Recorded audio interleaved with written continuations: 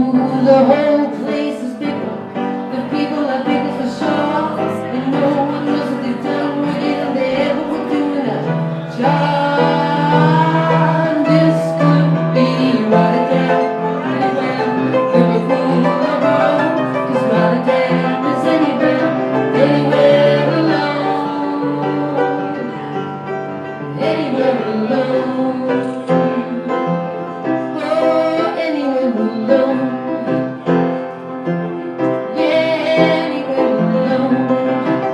I'm Johnny. We're at the King's Arms for a fan playback of What Have We Become, the new Paul Heaton and Jacqui Abbott album, which seems to be going very well and everyone seems to think it's really good. We finished it last year in July. So this has all been a long time coming really, and I don't think, now that it's all started and it started rolling, I don't think even I was quite ready for it really, but it's great. It's just great because it's had such a good reaction. Paul lives in Manchester and I also live in Manchester, and he was looking for someone to write with. And I guess a few names got thrown at him and he met up with a few people and I got the gig. You know, I'd worked with a few other people before as a guitarist and as a songwriter and stuff.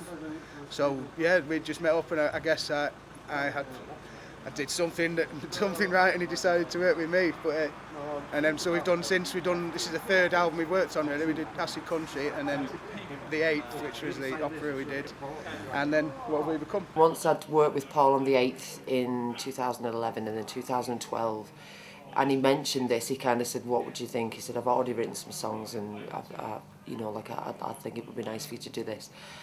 The previous things have given me an absolute bug to get back on board again. I was like, yes, absolutely. Well, all these things that have happened to me, I kept them all in. I kept it all in. Ba ba da ba da ba. I kept it all in. Ba ba da ba da ba. I kept it all in. Ba ba da ba da ba. I kept it all in. I kept it all in. It's just to come up with an idea that sparks something in Paul and he then goes somewhere with it. So as far as, you know, it being for a duet or a female vocal or not, it doesn't make that much difference really. A lot of Paul's stuff he'll kind of write almost with a third person narrative anyway, and you kind of often think, oh, I wonder if someone else might end up singing that bit, or you'll ask, you know, because in his solo stuff he'll often say, you sing that bit, you know, that bit's all backing vocals. So it's kind of, the approach is pretty much the same. You just throw an idea at him and see what happens. I don't think I even thought that it would get like this again, do you know what I mean? Or be as much of a good feeling about it. I mean, I had a great time, a good feeling recording it and being with all the lads. But I never even thought this far along, do you know what I mean, to TV and things like that, or it doing well, and so it's brilliant, it's just brilliant. I've still got that same rapport and the same chemistry, as well as when we sing, just as friends, you know. The great thing with Paul is he's got absolutely no shortage of the things that, if you were going to work with a singer, you want, words. There's no, often you work with singers who've got bagfuls of melodies, but no words, or they've got a verse or a chorus, whereas Paul, there's absolutely no shortage of words whatsoever. You know, he'll turn up with pages and pages and books of different ideas and different things, and fully formed, pages and pages of it. So you can never not work. As long as I can come up with a riff, he's always got words to go with it, and so, you know, you're never kind of short of, so, you know, something always comes of it. He's never stopped writing and it's always been consistently good. So I think for him to just have that recognition of people hearing it more and hearing his work is lovely for him, do you know what I mean? And I was so happy for him. And he went, and you too? I'm happy for you. And I said, I know, but I know what I'm sure him being in it for that long, it means so much more, and he's the writer as well. I had Choke by the Beautiful South when when it came out around 1991 or something. I was in, a rock band at the time, but it was one of our kind of quieter things that we'd listen to compared to our normal tastes. So it was funny when I did meet up with Paul, that there was, and obviously who doesn't know Rotterdam or whatever, you know, or whichever big hit. Yeah, much as some of the 90s were a bit of a haze for me, but most of them hits managed to get through. And yeah, so who wouldn't kind of jump at that chance to work with someone with that kind of pedigree, heritage or whatever. We was talking about this the other day, I don't remember who was talking about it too, but they was on about I think it was about the sheer coincidence really, and I said it was nothing more than luck, and I mean absolute blind luck that I was where I was, the night that I was there, got talking to, it was everything else, but it was only that one-off meeting, and then I went off doing my normal things and living my life. You know, I was only 17 at the time, but I actually was working in a shop. and stacking shelves. And his friend who we knew in St Helens came in and found me and said, you know, the night you kind of sang, it stuck in his mind and he would like you to go on audition, which again is just a complete fluke. It's just, I'm not really a believer in that. I think you can be very lucky, and I happen to be very lucky. I think I co-wrote 10 out of the 12 songs, I think, on the album. So I'm not in an unbiased position to say, but I think he's absolutely right. It's the best stuff he's ever written, and deserves to sell twice as much as anything he's ever sold before. That encompasses the full album, really, about Paul's view on the society today, the country itself. And I suppose a look back on relationships that maybe he's been through, and just look and what he now thinks of relationships as he's got older.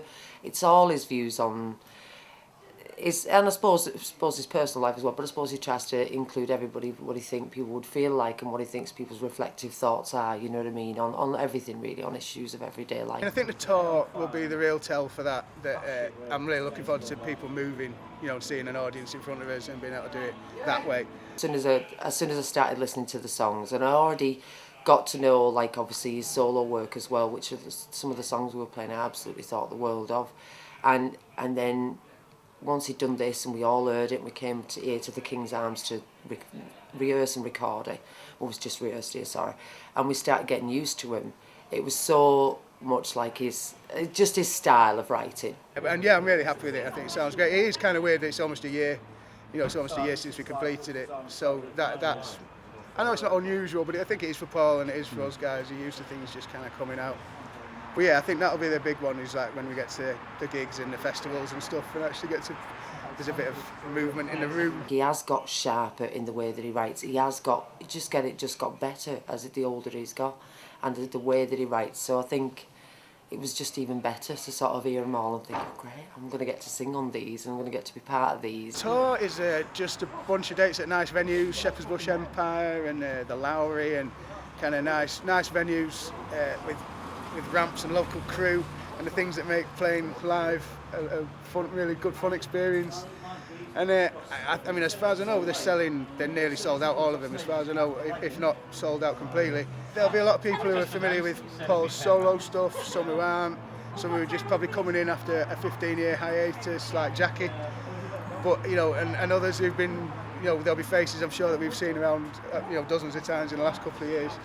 But it's good to get to them big venues. I think that size, kind of 2,000 odd, is nice because it's big enough to really get a vibe of the crowd, but it's small enough that you can see every face in there and you can see everything that's happening. We did the 8th a couple of years back, and I think one of my friends pointed out when we come off stage, you know, she kind of looked at me and she said, and she just looked at my face and she went, look at your face, and I just went, what? And she went, you're home again.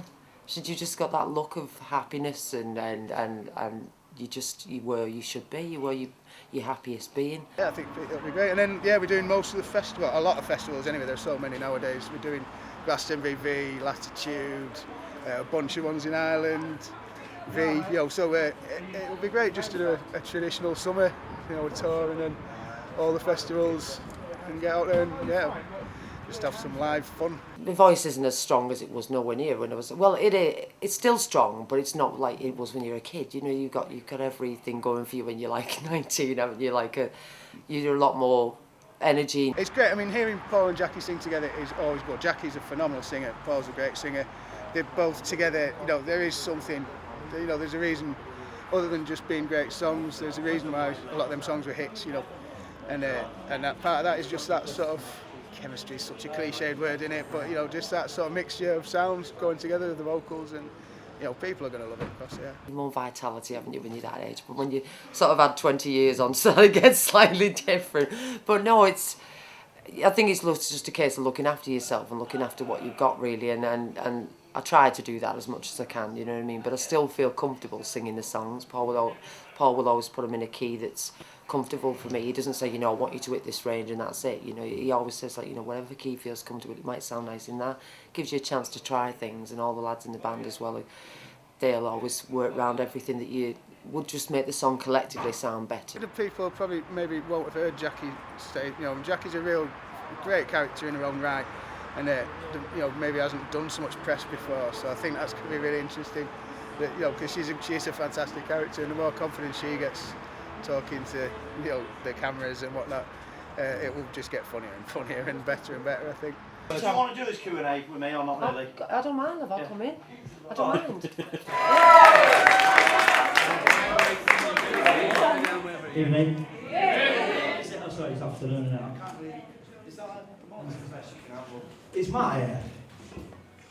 No, he's not here. I don't know if the idea was for people just to stick their hand up and ask questions, or whether he collated some questions. But as he's not here, oh, you're there. Did you collate some questions?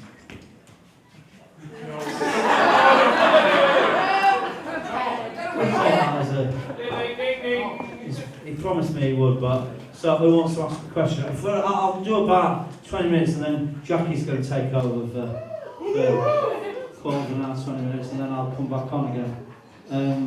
Have you got questions? You're just waving, aren't you? Right. There's a question. Where's Marvin? Marvin? Yeah, he's on his way. He's late, so apologies for that. Anybody else? Why are you late? Yes. I'm not late, though. Yeah. Outer Limits. Called Outer Limits? Yeah, you used to sell it from the estate. Right. You probably don't remember, it was years ago. But a lot of them songs crept up in other albums later. Do you save every song you write? I don't remember the what Outer Space? Albums from Outer Space or something like that, right, yeah. Paul, will you repeat that question? Right, yeah, I'll repeat the questions. We used to sell cassettes at the front, and I think the man there had bought a cassette, and then sort of later on they'd come out as sort of proper recordings that were sold, and he was asking if that was if it was a case that songs ever escaped, or I recorded everything or remember everything. No, I don't remember everything actually. In fact, I don't know if you about 6 months ago I went on the One show there was a thing about Happy Hour, it was something about the song, and for that I got a load of old cassettes out and gave them to the One show, and they put them on CD for me, and I then sort of listened back to them. But the first thing I heard, the first song on there that I heard, was a song I've totally forgotten about, and I still don't even know I'm going to have to go through all my diaries to find out what the song is called. I know the lyrics, and it's quite a good song. So Songs Do Escape. For this album, the one you've just been listening to, it does my head because I'm quite particular about keeping everything in order. But because I was originally doing a solo album, and then I asked Jacqui, and then it sort of I went away and rewrote a load of stuff again. So there was about 20 songs for the original solo album, then another 6, which left us too many. And now I'm all over the place because them 20 ones I've lobbed a load away. So they're all like, oh, so yes, I do lose them, but I'm not.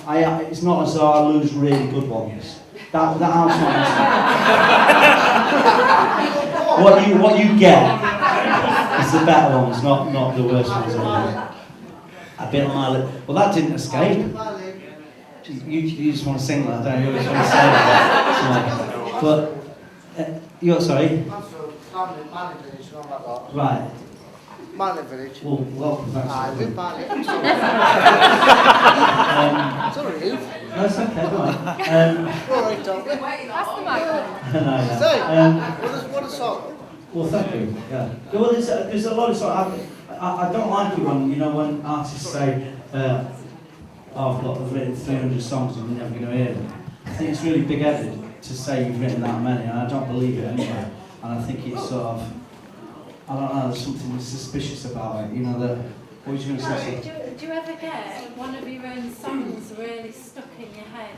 When you're trying to remember other songs and then yeah, it keeps going over? I do, yeah. I have a sort of, that question was, do I ever get my own songs stuck in my head? There's a period when I've written a song, particularly this used to happen with, like The Beautiful South, is I'd write it in my head, then go away with Dave, and then write it with him and sort it out.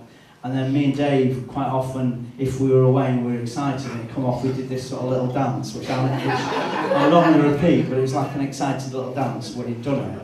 And then I said, Dave, David said later on in the night, that's really stuck in my head. I said, well, enjoy it now, because this is the only time we can sing our own songs and not look like a pair of idiots. So I remember it happening with Rotterdam, and we went out on the night time in Gran Canaria, and we were singing it to ourselves, and I was just thinking, I'll never be able to do that, because obviously it looks so naff, you're singing your own songs, but they didn't know it was our song, so yeah.